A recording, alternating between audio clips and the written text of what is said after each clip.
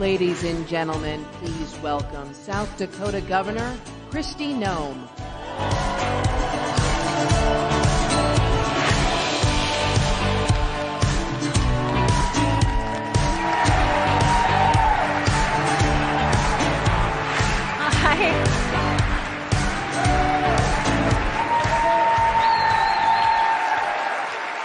Good afternoon.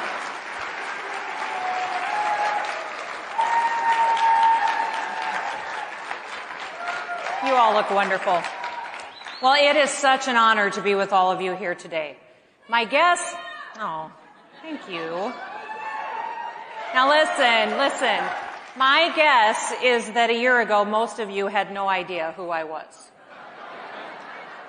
But unlike the DC media, I'm sure that you all at least know that there are two Dakotas, and that I'm the governor of the warmer one. Now, I'm here today to share some of the lessons from my state. I think the main question that needs to be answered this weekend is, why does America need conservatives? Now, the question of why America needs conservatives can be answered by just mentioning one single year. And that year is 2020. Now, everybody knows that almost overnight, we went from a roaring economy to a tragic nationwide shutdown. By the beginning of 2020, President Trump had created 7 million new American jobs.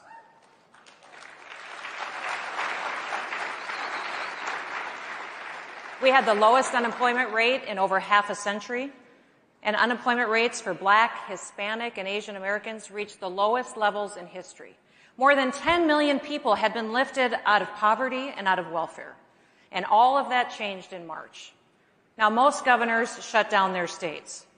What followed was record unemployment, businesses closed, most schools were shuttered, and communities suffered. And the U.S. economy came to an immediate halt. Now, let me be clear. COVID didn't crush the economy. Government crushed the economy.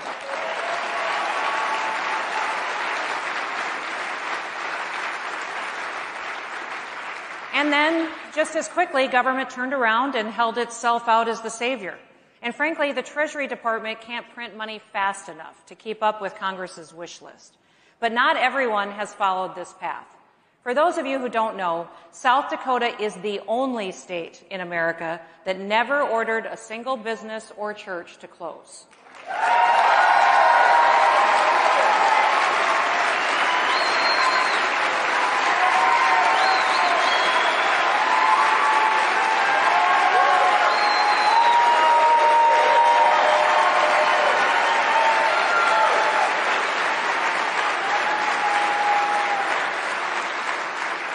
We never instituted a shelter-in-place order. We never mandated that people wear masks.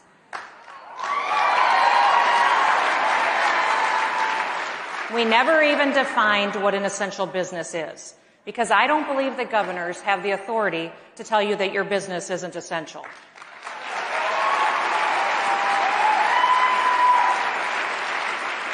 Now, South Dakota schools are no different than schools everywhere else in America. But we approached the pandemic differently. From the earliest days of the pandemic, our priority was the students, their well-being, and their education. When it was time to go back to school in the fall, we put our kids in the classroom. Teachers, administrators, parents, and the students themselves were of one mind to make things work for our children. And the best way to do that was in the classroom.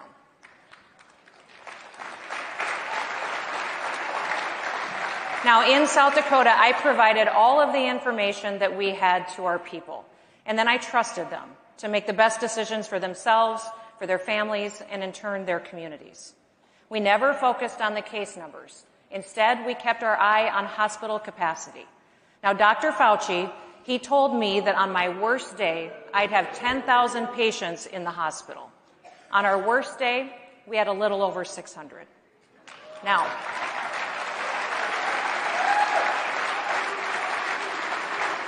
I don't know if you agree with me, but Dr. Fauci is wrong a lot.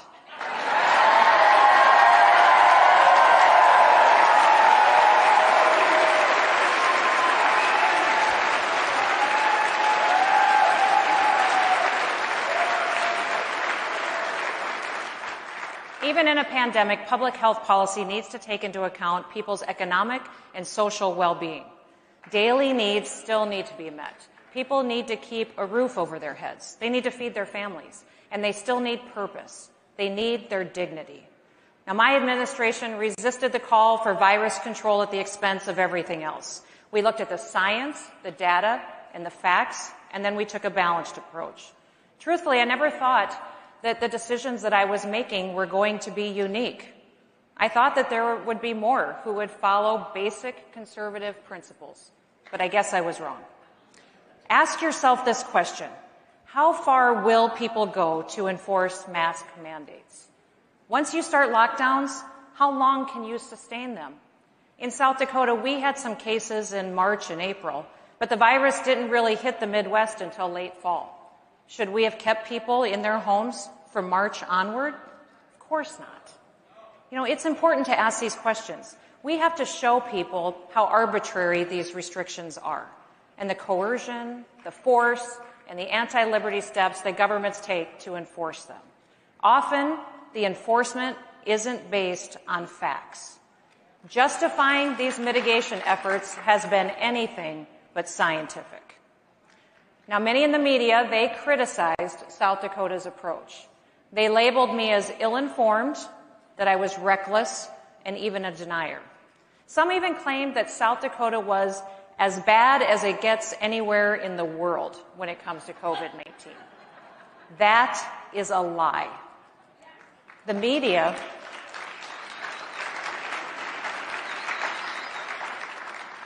did all of this while simultaneously praising governors who issued lockdowns, who mandated masks and shut down businesses, applauding them as having taken the right steps to mitigate the spread of the virus. At one point, I appeared on George Stephanopoulos' Sunday show. I don't know if you watched that. No, you don't? Shocker. He had just wrapped up a segment with New York Governor Andrew Cuomo, where he asked Cuomo to give me some advice on how to deal with COVID. Now seems like a really good time to remind everyone of what Governor Cuomo was doing in New York. On March 25th, Cuomo ordered COVID patients into nursing homes, and he prohibited the staff from testing people before admitting them. 9 days later, he pushed legislation prohibiting nursing home lawsuits over COVID deaths. 6 days after that, he prohibited nursing homes from sending COVID patients to the nearby naval hospital ship or the field hospital, both of which were essentially empty. Now, 8 days after that, the first deaths started to show up. And on January 28th of this year, the New York Attorney General announced that Cuomo and his administration significantly undercounted the number of COVID-related deaths in nursing homes by as much as 50%. To make matters worse, they tried to cover it up. Now that is the media's COVID hero. And by the way, he also earned an Emmy, and he wrote a book on his COVID response. So who really needed the advice? Again, in South Dakota, we did things differently. We applied common sense and conservative governing principles. We never exceeded our hospital capacity, and our economy is booming. We have the lowest unemployment rate in the nation.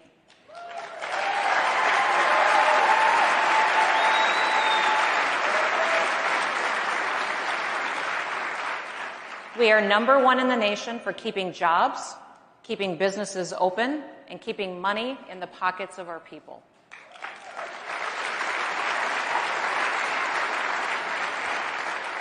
The people of South Dakota kept their hours and their wages at a higher rate than workers anywhere else in the nation, and our schools are open.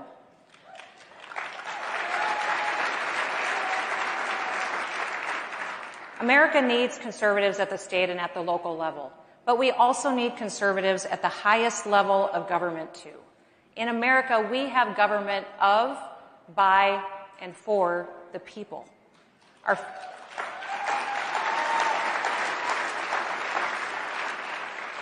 Our founding fathers established our national constitution, and the people of individual states crafted their own constitutions that place specific limits on the role of government. Those limits are essential to preventing government officials from trampling on people's rights. The people themselves are primarily responsible for their own health and their well-being. They are the ones who, entrusted with expansive freedoms, the free will to exercise their rights to work, worship, and to earn a living. No governor should ever dictate to their people which activities are officially approved or are not approved. And no governor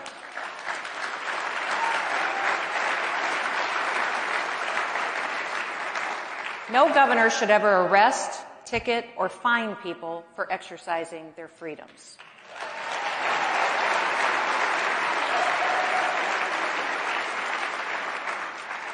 Governors and members of Congress and the President have a duty to respect the rights of the people who elected them.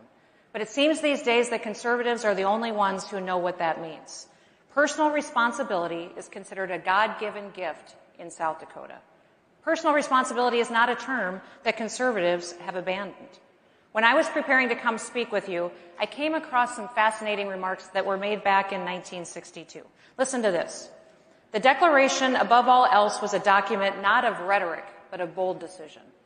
The Declaration unleashed not merely a revolution against the British, but a revolution in human affairs.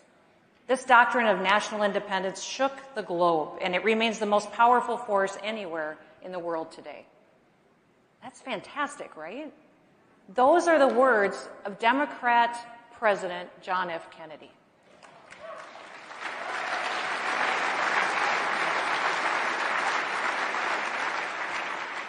Is there any wonder why Ronald Reagan often said, "I didn't leave the Democratic Party, it left me"? There was a time when both political parties clung to certain fundamental principles. But today we seem not to even share the most basic ideals. America needs people who will stand up for these fundamental principles. America needs conservatives. It's easy to look back on 2020 and remember all of the issues that we had with COVID. But COVID is only one piece of a very problematic puzzle. It certainly showed us how deep the divide really is and how thin the barrier is between freedom and tyranny.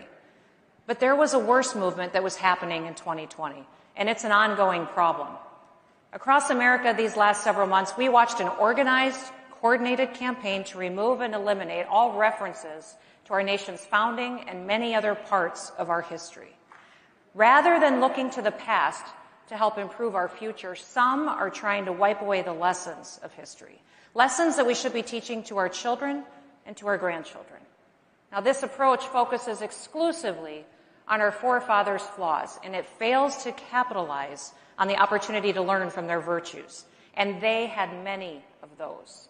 By discrediting the individuals who formed America's founding principles, they create doubt, and then they can remake America into a very different political image.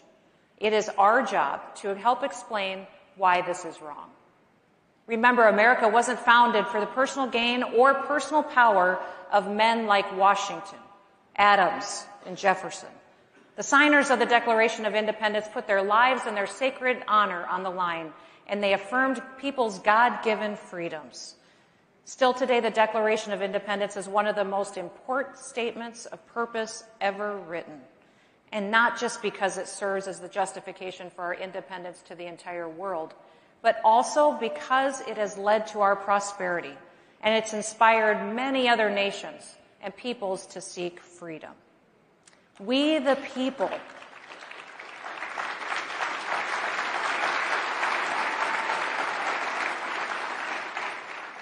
people have consented to a government that will serve all of us equally, a government that will protect and uphold our God-given rights, as well as the fundamental rights enumerated by our Constitution. It is our duty to renew our commitment to these ideals and to pass them on to those who come after us. These ideals cannot be dismissed as the opinions of flawed men. Our founders had their flaws, certainly. But to use those flaws to condemn their ideals and the greatest Constitution that the world has ever seen is both unjust and it's self-defeating. How many of us can even live up to our own ideals? Without the words, the beliefs, and the sacrifices of those few, the world would not have a ringing example of true freedom. To attempt to cancel the founding generation is an attempt to cancel our own freedoms. Let's always remember, America is good. Freedom is better than tyranny. We are unique. We are exceptional. And no American should ever, ever apologize for that.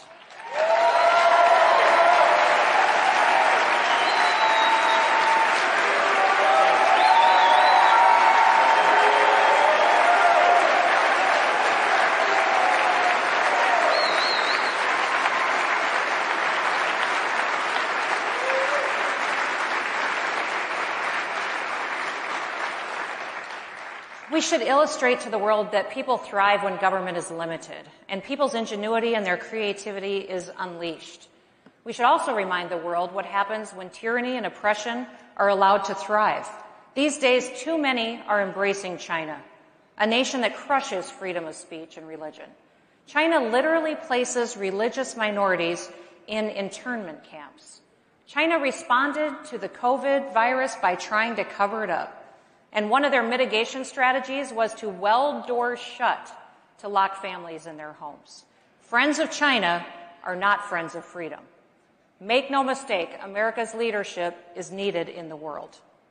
So now let's have a really candid conversation. Everyone in this room and those listening at home, they know that America needs leaders right now. Those leaders need wisdom. They need the confidence to stand up for our principles and a will to act. Those leaders need to be conservative. We have a lot of work to do in the coming months. What may have worked in the past is not good enough anymore. It's not enough to say, vote for us because your pocketbook will be bigger, or because we'll cut your taxes and reduce the regulations, or because we'll fight against abortion or Obamacare or whatever else. I'm not saying that these things aren't important. They are among the pillars of what we believe. But conservatives must lead the nation away from borrowing against our children's future. We must put an end to the accounting gimmicks used to deceive people.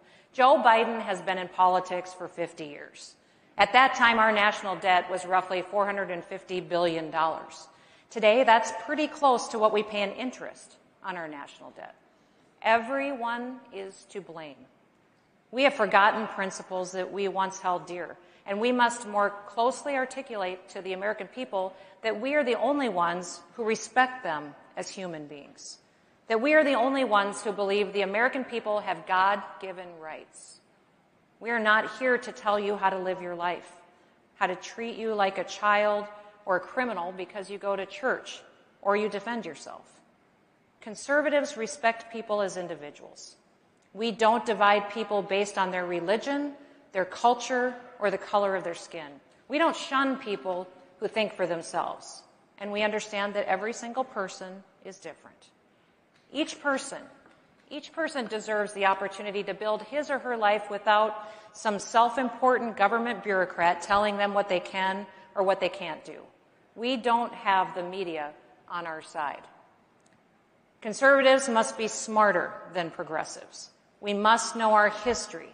We must know what works and what doesn't work. We must think through the issues, and make no mistake about it, conservatives exist to fight for America and for every single American. Now, for those of you who are disappointed about the election, I am too. Remember, incredible innovation, though, it took place after Goldwater's 1964 landslide loss. It took the creation of many institutions, including the American Conservative Union, the National Right to Life, the Heritage Foundation, the Manhattan Institute, Concerned Women for America, the Federalist Society, Family Research Council, and among others, it took many to change hearts and to change minds. It was institutions like these that helped bring about the Reagan Revolution and bring American exceptionalism back. Their work is more important today than ever before. So what can you do right now? It's really simple. You can be bold. You can show up. Debate these ideas. Persuade your neighbors. This pandemic illustrated that many politicians have a totally different vision for government than what the founders laid out. It was once said that the left takes its vision seriously, more seriously than it takes the rights of other people. They want to be our shepherds, but that requires us to be the sheep. Let it be heard loud and clear from us right now. We will not be sheep.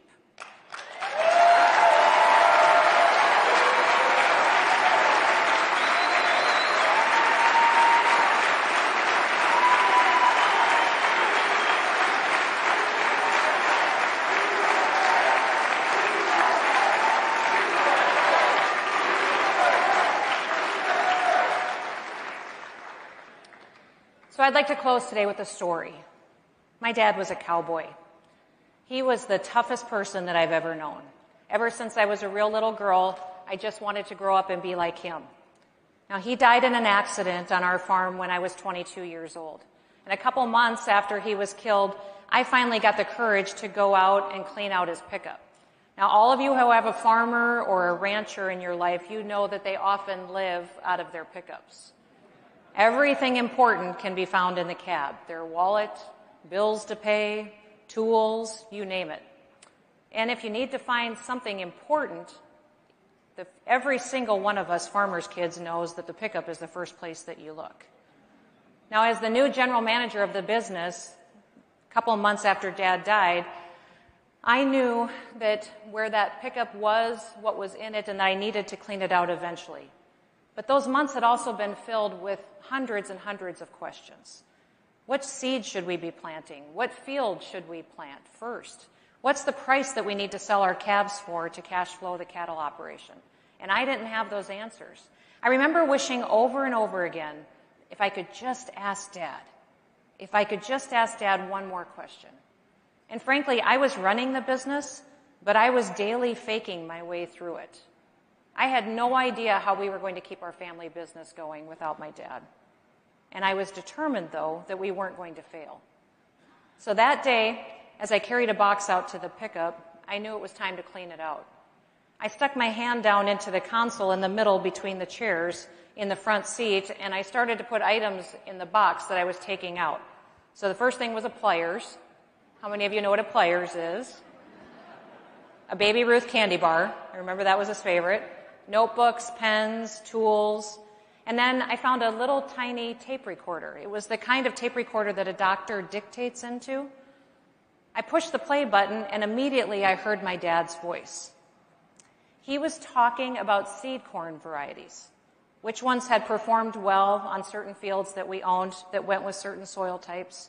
He spoke about how we'd had such a wet year the year before that resulted in poor crop yields and damaged grain. We had had a tough harvest, and he went on to describe what kind of variety choices he would have made differently, what he thought might work better for the spring that we were anticipating ahead. My eyes started to fill up with tears as I realized I was learning information that was going to be helpful to me in making crop decisions. I looked down into the console and I saw several more tapes, almost a dozen of them in all. And one by one, I put them in the tape recorder sitting there in that pickup, and I listened to my dad's voice talk about the cows, weather, markets, and what to do if we were ever caught in a tough financial situation. Inside those tapes were the answers to so many of the questions that I had had over the past several months. Over and over again, I had said, if I could just ask Dad. And here in my hands were all the answers that I needed, straight from him in his voice in the palm of my hand. Now, in that moment, I felt a strange sort of peace settle over me. I know Scripture talks about a peace that passes all understanding. It was almost at that moment as if God was saying to me, I will provide. Stop worrying. You will be okay. Your family will be okay. I've got this. I had the answers. I just needed to get to work. Now, Dad was always the hardest worker that I knew. He led by example and he led by action. But that day, what changed everything was his words. I made a decision that day to be like my dad. A person of words, but a person of action. Because both matter. That's why I ran for office. My mission is to make South Dakota a better place to live, to do business, and to raise a family.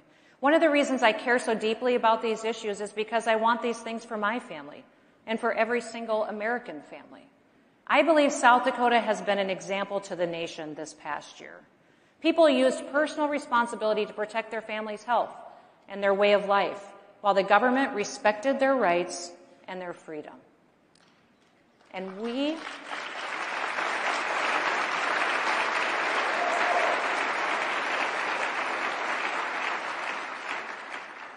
are working together to create new opportunities and a better future for our kids. We took the American path. Let me close with this. As conservatives, we often forget that stories are much more powerful than facts and statistics. Our stories need to be told. It is the only way that we will inspire and motivate the American people to preserve this great country. We must go into this fight for freedom with our eyes wide open, educated to the tactics the liberals will use, yet totally pure in our motives. This isn't about us. It's about our children and their future. It's about the nation that we're going to pass on to them. It's about telling their stories over and over that remind us why America needs conservatives now more than ever. So thank you for all that you do. America is blessed to have you on her side. God bless each and every one of you, and may God bless the United States of America.